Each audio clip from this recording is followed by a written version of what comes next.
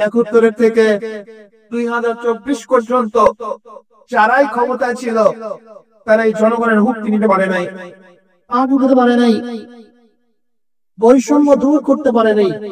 আপনাকে জানেন এই যে হাবিবুল্লাহ ওয়াহ সাহেব উদ্যান নির্বাচন কমিশন, ইন্তেকাল নির্বাচন কমিশন গ্রেফতার হয়েছেন।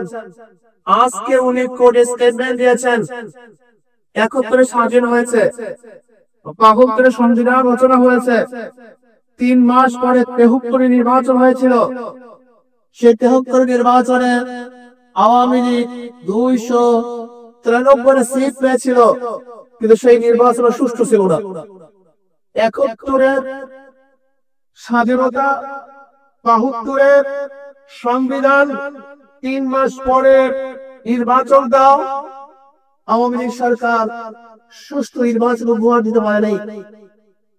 সেই 73 আজ পর্যন্ত যারা এই নির্বাচন করেছে, আজ পর্যন্ত একটা গ্রহণযোগ্য নির্বাচন বাংলাদেশে উপহার কেউ দিতে পারে নাই। আমরা বাংলাদেশে অগ্রহণযোগ্য নির্বাচন চাই না, আমরা গ্রহণযোগ্য নির্বাচন চাই। এর জন্য আমরা রাস্তায় নেমেছিলাম নই। আমরা কেন রাস্তায় নেমেছিলাম? কারণটা কি?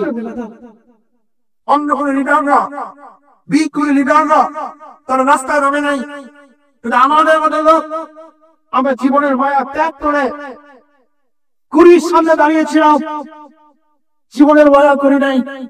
এই বাংলাদেশের মানুষকে মুক্তি দিতে হবে, সংক্ষিপ্ত হবে, তাদের অধিকারকে প্রতিষ্ঠিত করতে হবে, বৈষম্য দূর করতে হবে।